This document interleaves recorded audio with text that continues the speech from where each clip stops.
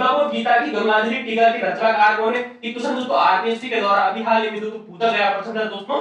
तो भगवत गीता पर दोस्तों एक टीका लिखी जिसका नाम है दोस्तों गंगाजली टीका, जिसके लेखक है चतुर सिंह जी। ये दोस्तों देखिए संत थे दोस्तों मेवाड़ की।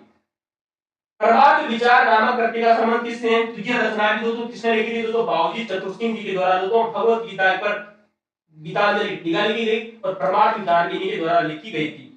अगला प्रश्न है कि योग सूत्र की टीका और साकेत तत्व की समाज की टीका किसके द्वारा लिखी गई थी? तो योग सूत्र पर टीका लिखी, साकेत तत्व की समाज टीका किसके लिखी दोस्तों? बाबूजी संत चतुरदास जी के द्वारा ही लिखी गई थी।